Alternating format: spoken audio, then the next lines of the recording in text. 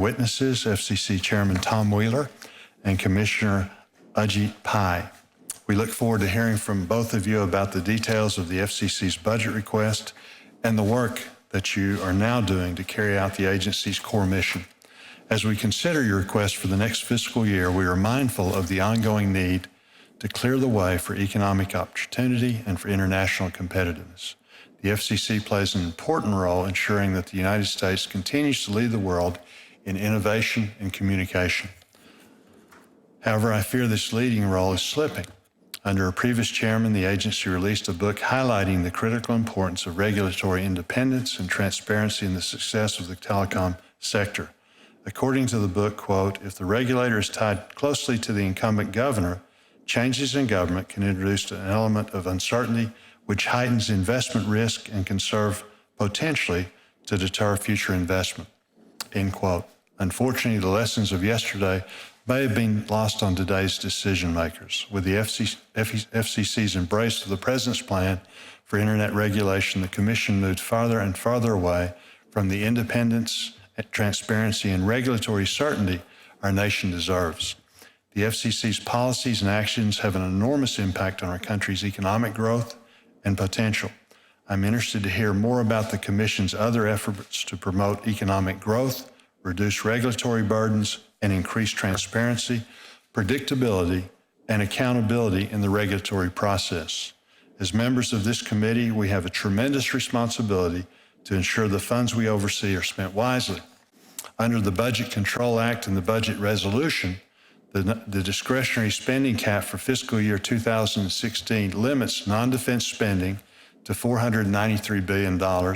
This represents an increase of just $1.1 billion over the fiscal year 2015 level for all non-defense departments and agencies. While the FCC's funding is offset by fees, that does not in any way minimize our duty to ensure that the agency is operating effectively and the funds are being spent responsibly. This year, the FCC is requesting an increase of $73 million, 21% more than it received in fiscal year 2015. In a disappointing move, the FCC's budget proposes to paper over part of that increase by transferring $25 billion from the Universal Service Fund to augment the FCC's operating budget. The Universal Service Fund is intended to help ensure that all Americans have access to telecommunications services. It's not intended to be a reserve fund to pay for the FCC's operating expenses. Many people in Arkansas think the FCC has forgotten about rural America. Transferring money away from the broadband deployment to offset agency spending in D.C. aggravates that all too real perception. All agencies have to make strategic decisions on how to best allocate resources. Spending on staffing levels, contractors, space and equipment needs, and technology must all be appropriately balanced in order for agencies to effectively carry out their core statutory mission and functions. As we've seen too often, access to more funding does not necessarily ensure that an agency will successfully achieve its mission or spend that funding wisely. Finally, as we review your budget request, I'm interested to hear what decisions you have made to operate more efficiently in order to carry out your responsibilities within current funding levels, and would appreciate more specific information regarding the cost of the FCC's projected move of its headquarters. The American people want a government that works for them, not against them. They want us to curb wasteful spending, make the government more efficient, effective, and accountable, and pursue policies that create economic opportunities for everyone.